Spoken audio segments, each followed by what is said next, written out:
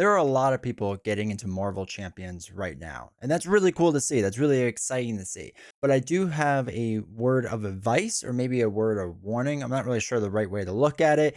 And that's you probably shouldn't open everything at once. Well, maybe you can open it, but don't play it all at once. And there's a specific reason for that.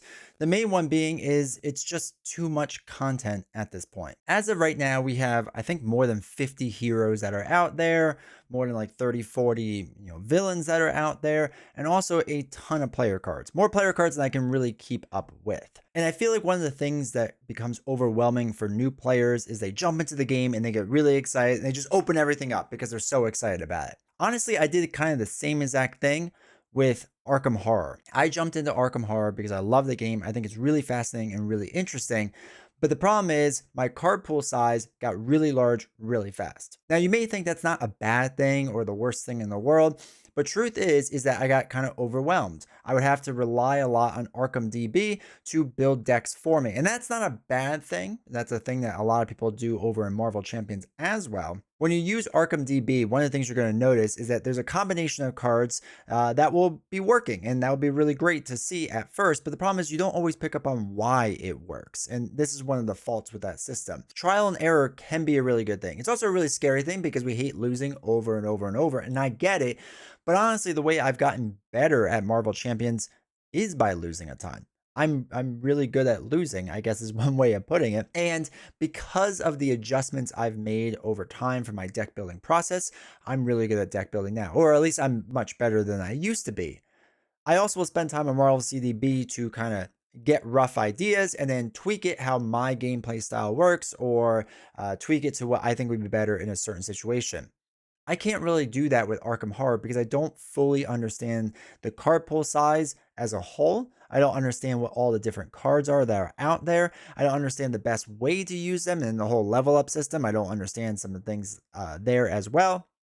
So honestly, I really recommend to new players that you should just take it slow, right? Take it slow and fully grasp what each release, what each hero pack, what each big box is doing and what it's like trying to achieve and what its goal is so that you can better yourself as a player. So people will say, well, should I not buy Marvel Champion stuff? Should I just completely hold off? And that's not necessarily the case either, which I know gets kind of confusing. The reason I say that is because right now there are certain heroes that are kind of hard to buy. Captain America and Doctor Strange are like the two obvious ones that people have a hard time getting. And it'd be a shame if you didn't buy something right away because you couldn't get and you couldn't get the thing later on. What I will say is if you see that certain heroes are on sale, pick them up, right? If you can afford it, pick it up if they're on sale, especially if they're heavily on sale. Just maybe don't open them right away, right? Maybe wait a little bit before you decide to open up those heroes. So let's say you buy a bunch of Marvel Champion stuff, and what do you do after that, right? What do you do with all those things? I've always suggested kind of going in release order. Now, there is an argument to be made that you can start the XMen cycle and go from there and then work your way back. But we'll get into that in a second. But I've always suggested people go in release order because the game is simpler. I would say early on, there's less interactions, there's less rules questions, generally speaking, that you may have with the game, and the heroes are pretty good. Some of them are kind of stupidly strong, and it makes you feel really good about the game when you can just like smack it around a lot. So I do recommend starting with just the core box and getting a rough handle. Just basically try each hero, right? Try each villain a couple times and go from there and see how you feel, and then experiment with deck building with the cards there. Now, the deck building process probably won't be great because there's not a lot of cards, so I understand if you struggle early on, you just want to kind of move on. But then after that, honestly, I would just start opening up the hero packs from that next wave, right? So you have Captain America, Miss Marvel, Thor, Black Widow, Doctor Strange, and Hulk. Open them up. Try their precons if you want. They're probably not going to be good, but that's okay. You can try them and then tweak the hero with the other cards around. But I would open, again, one hero at a time, understand the cards that are coming with it, and then you just keep doing that with each cycle as they come out, right? So Rise of Red Skull, same exact idea. Maybe you spend a little bit more time mixing and matching more, trying each aspect for the different heroes, or trying each villain against different heroes, whatever you want to do to learn the process of the game. Because you have to understand, when we first started our collection, when this game was first coming out, we had months to just mess around with Rise of Red Skull. right? We would have months to mess around with it and be able to try all these different things that I feel like nowadays a lot of people just buy Rise of Red Skull, try Spider-Woman once or twice, and then kind of let her go to the wayside, and they may not always realize how good or strong she is or how good some of her cards are. This is, again, kind of the same with a lot of the heroes from the earlier sets. Same with Black Widow or Thor, right? There's a lot of good cards in those decks. There's a lot of good cards and things that they can do as heroes that people kind of will just end up skipping on, unfortunately. So I really recommend taking your time, going slow through all of that. Now, the one thing people bring up a lot is, well, I really only want to know about the X-Men, and that's it. And that's fair. What I always suggest is that if you do the XMen Cycles, especially now, because all 3 have been released, well, as I'm making this video, they're finishing up the 3rd wave, but it'll be basically done soon, is I would actually suggest doing the Mutant Genesis cycle first, and then getting the following cycle of, or I'm sorry, getting Age of Apocalypse after that, then going back to Next Evolution.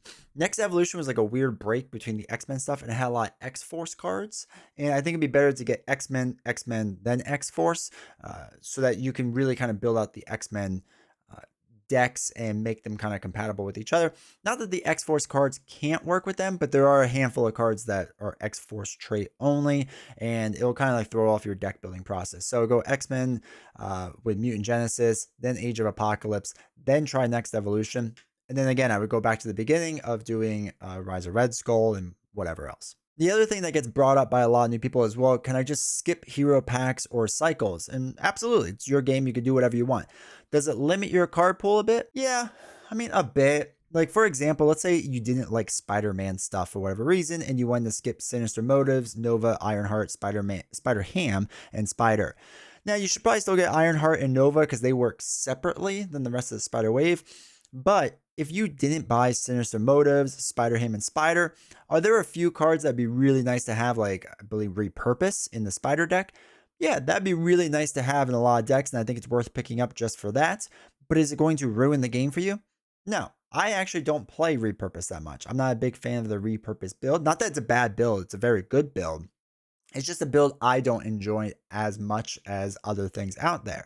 So you could skip over that entire wave if you really wanted to and be completely cool and be completely fine. It's not that big of a deal.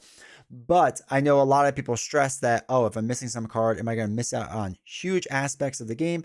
No, I don't think so. You'll miss out on little builds you can do here and there, such as the Repurpose build. Is it the worst thing in the world? No. But you can also wait and see if Spider comes on sale at some point.